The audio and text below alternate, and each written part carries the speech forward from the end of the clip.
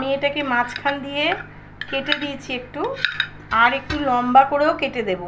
এটাকে আমি কি করব, এই যে এইগুলোর মধ্যে আমি একটু দিয়ে রাখবো। যদি দেখার ইচ্ছা হয় তোমার নিঠুর মনে লয়, কালিন্দির ঘাটে আইসো দুপুরের সময়।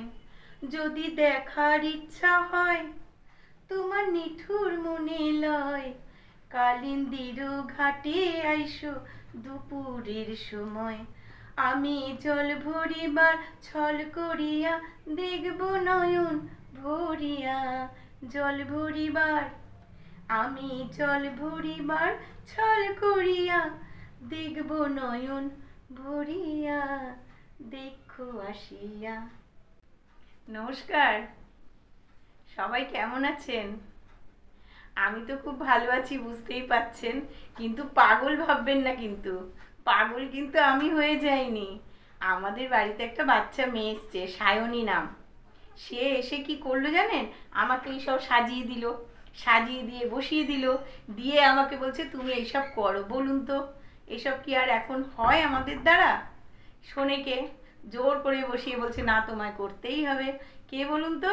ওরা হচ্ছে আমার যারা ফোনে আমাকে একটু হেল্প করে। আমি তো এসব ছাই পারি না, কি করে এডিট করতে হয়, কি করে ইউটিউব হয়, এসব আমি সত্যিই জানতাম না। আমি ভাই বলি, চন্দন বলে, আমি আগেও বলেছি, তো তার বউ আছে, ও এক পাগলি, ও আমাকেও পাগলি সাজিয়েছে। তো যাই হোক, সেজে গুজে ওরও তো একটু মন রাখতে হবে, তাই ওকে খুশি করার জন্য কিন্তু এইসব করেছি। ক্ষমা প্রার্থী, কিছু মনে করবেন না। যাই হোক, সব কিছু নিয়েই তো আমি থাকি। আর এখন কি করব বলুন তো? অনেক ভেবেছি জানেন তো, আমার আর পুরনোগুলো করতে ইচ্ছে নেই, নতুন নতুন করতে ইচ্ছে করছে। কিন্তু অনেকের তো, আমার তো সকলকে নিয়ে চলতে হয়, সকলকেই খুশি করতে হয়। আজকে যেমন সায়নীকে খুশি করলাম, তেমনি আর একজনও আমাকে কমেন্ট করেছে একটু ধোকলা দেখান। আরে বাবা, ধোকলা তো দেখিয়েছি, কতবার ধোকলা দেখাই, তো এবারও কিন্তু ধোকলাটাও লাস্ট, আর ধোকলা দেখাবো না। তো আজকে হয়ে যাক ধোকলা, তবে একটু অন্যভাবে। আগের দিন যে ধোকলা দেখিয়েছিলাম আমি টক দই দিয়ে দেখিয়েছিলাম, আর আজকে আমি শুধু লেবু আর একটুখানি ওই কি বলে ওটাকে, বেকিং সোডা, এই দিয়েই আমি একটু করে দেখাচ্ছি। কেমন? কেন বলুন তো, সবসময় তো সবার ঘরে সব জিনিস থাকে না, তো যখন যেরম থাকে, বেসন তো প্রত্যেকের ঘরে থাকে, তো কেউ একজন বিকেলে এসে গেল, কি দেবেন, কিছুই নেই, টক দই আছে তো লেবু নেই, বেকিং সোডা নেই, বা বেকিং সোডা লেবু আছে কিন্তু টক দই নেই, কিন্তু বেসন তো আছে। তো তাহলে কি করা যাবে, ওই দিয়ে একটু করে ধোকলা দিয়ে সাজিটা দিয়ে দিয়ে দিলেন খেতে, প্লেটে ভালোই লাগবে। কেমন? তাহলে চলে যাই ধোকলা বানাতে। একলাই বানাবো, ধোকলা তো আর কেউ সাথে থাকে না, তাই ধোকলা বানাবো একলা, দেখবেন কিন্তু সবাই। ধোকলার যে আমি রেসিপিটা আপনাদের দেখাবো, প্রথম শুরু থেকে কিন্তু আমি করছিলাম, যেটা স্টার্টিংটা, সেই থেকেই আমি ভিডিওটা করছিলাম, কিন্তু কেন জানি না, টেকনিক্যাল কোনো কারণে কি আমার ভিডিওটা দেখছি হয়নি। তো তার জন্য আমি সরি, দুঃখিত। যতটা হয়ে গেছে কিছু করার নেই, আমি কতটা হয়েছে সেটা আমি আবার প্রথম থেকে বলে দিচ্ছি। হ্যাঁ, আমি এখানে বড় কাপের 1 কাপ জল নিয়েছিলাম, তার মধ্যে এই 2 টেবিল স্পুন চিনি নিয়েছিলাম, ছোট হলে 4 চামচ আর এই বড় হলে 2 চামচ, 1 চিমটি হলুদ, আর এই ছোট চামচের মানে 1 টিস্পুন, এই যে ছোট চামচ, এই চামচের 1 চামচ নুন দিয়েছিলাম, দিয়ে অনেকক্ষণ গলিয়ে নিয়ে আমি বেসন দিয়েছিলাম। বেসনটা সব সময় জানেন তো এই ছাঁকনিতে করে নেওয়াটা ভালো। প্রথমে আমি অল্প দিয়েছি, দেখুন না কেমন লাম্পস এসে গেছে, কিন্তু মেন হচ্ছে কিন্তু এই ব্যাটার গোলাটা, যদি লাম্পস থাকে হবে না, এটাকে সুন্দর করে গুলতে হবে। তো যাই হোক, এটা আমি সময় নিয়ে আস্তে আস্তে করব। তার আগে আমি আপনাকে দেখিয়ে দিই যে কিভাবে করলে জিনিসটা স্মুথলি হয়। ছাঁকনিতে বেসন নিয়ে নেবেন, বেসনে কেমন ডালা ডালা থাকে না, তো সেই জন্য এটা হয়। আর বেসনটা আস্তে আস্তে এইভাবে যদি ছাঁকনি থেকে নেওয়া হয়, তাহলে কিন্তু লাম্পস আসে না, খুব সুন্দরভাবে ব্যাটারটা তৈরি হয়। তো প্রথমে ওই যে বললাম টেকনিক্যাল কারণে আর্ধেক করতে করতেই গন্ডগোল হয়েছিল, যার জন্য আমি বেসনও একটুখানি ঢেলে ফেলেছিলাম। তো যাই হোক, আবার নতুন করে করছি, ওটার মধ্যেই ওই বেসনটাকে এভাবে দিতে থাকলে না, দেখুন বেসনটা যাচ্ছে, তো এইভাবে বেসনটা দিলে আর ওই লাম্পসগুলো হবে না। তো আমি এইভাবে দিয়ে নিই, দিয়ে ভালো করে ব্যাটারটা হলে তারপর কি করব আমি দেখাচ্ছি। আচ্ছা দেখুন, ভালো করে আমার ব্যাটারটা গোলা হয়ে গেছে, দেখুন খুব স্মুথ ব্যাটার হয়েছে। এবার এর মধ্যে আমি 2 চামচ মতন তেল দিলাম। এবার এইটাও গুলবে।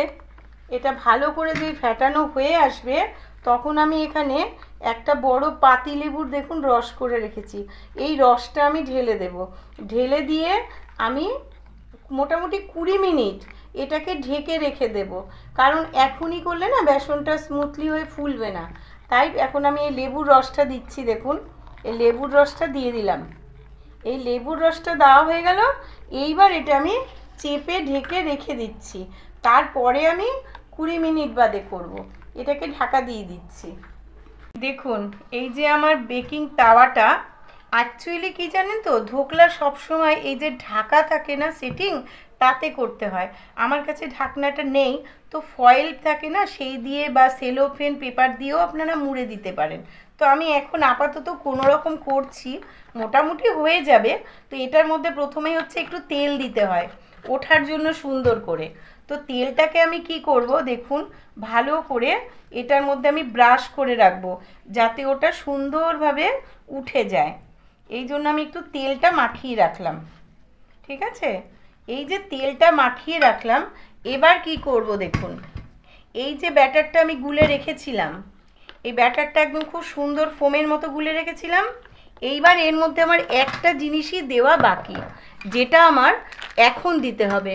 ওটা কিন্তু আগে যখন আমি ঢেকে রেখেছি 20 মিনিট তখন দিলে হবে না, এটা দিয়ে সাথে সাথেই ঢেলে ফেলতে হবে। সেই জন্য আমি এখন দেব। দেখুন এটা হচ্ছে কুকিং সোডা, মানে বেকিং সোডা আর কি। এটাকে আমি মোটামুটি ওই পুরো 1 চামচ দেব না, একটু কম, ঠিক আছে। এইটা আমি দেব, দিলাম। দেখুন দিয়ে আর একটুখানিও দিই, আর মনে হচ্ছে একটু লাগবে, আমার তো বেসনটা বেশি তাই 1 চামচই দিলাম। আচ্ছা এর মধ্যে ওই ততটুকুই জল দেব, আবার এর ওপরে ওই 3 চামচ মতন জল দিলাম। দিয়ে এটাকে কি করব দেখুন, এবার এটাকে আমি ফ্যাটাবো, একই দিকে ফ্যাটাবো, কিন্তু এটা কিন্তু দুদিকে ফ্যাটানো যাবে না, তাহলে কিন্তু হাওয়া ঢুকে যাবে। দেখুন একদিকে করতে থাকলে কি হচ্ছে, কি সুন্দর একটা দেখুন আস্তে আস্তে ফোমটা তৈরি হচ্ছে। এটা কিন্তু দুদিকে করলেই এই হাওয়াটা থাকবে না, এটাকে একদিকেই করতে হয়। এই যে আমি করব এটা কিন্তু বেশিক্ষণ রাখা যাবে না, এটাকে একটুক্ষণ করে নিয়েই যেই দেখছি আমি ফুলছে, ব্যাপারটা দেখছেন তো কত ফুলছে। এইবার এটাকে আমার আস্তে আস্তে ওই যে আমি ব্যাটার তেল মাখিয়ে রেখেছি এটার মধ্যে আমাকে দিতে হবে। তো যতক্ষণ এটা দিলাম আমি, দেখুন এটা সুন্দরভাবে তৈরি হয়ে গেল, কি সুন্দর একটা ফোম তৈরি হলো। এবার এটাকে আমি আস্তে আস্তে ওই কাচের বোলটার মধ্যে ঢেলে দিলাম, ঠিক আছে। এবার এটাকে আমি বসিয়ে দেব। পুরো ভরে দিতে নেই, কারণ ভরে দিলে কি হবে, ওটা তো ফুলবে তখন ফাঁপা হবে না, শক্ত হয়ে যাবে। এটাকে এবার আমি মাইক্রো ওভেনে দিয়ে দিচ্ছি। আচ্ছা দেখুন আমি এখানে বসিয়ে দিয়েছি, কিন্তু এটা বসিয়ে দিয়ে বেশিক্ষণ দেব না। ওই যে পাওয়ার লেভেল হাই পাওয়ার রয়েছে, এখানে আমি 4 মিনিট টাইম দেব। কিন্তু দেওয়ার আগে কি করব, এটাকে কিন্তু একটু ঢেকে দিতে হয়, যেহেতু আমার কাছে ঢাকনা নেই কোনো রকম একটা ঢেকে দিলাম। 4 দিয়ে আমি স্টার্ট দিয়ে দিলাম, ঠিক আছে। তো 4 মিনিট এটা হবে, দেখা যাক কেমন ধোকলা হয়। দেখুন নেবেছে, এটা হয়ে গেছে। আমি এটাকে মাঝখান দিয়ে কেটে দিয়েছি একটু, আর একটু লম্বা করেও কেটে দেব।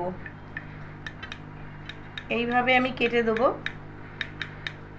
ভালো করে এটাকে কেটে দিলাম যাতে পরে তুলতে সুবিধা হয়।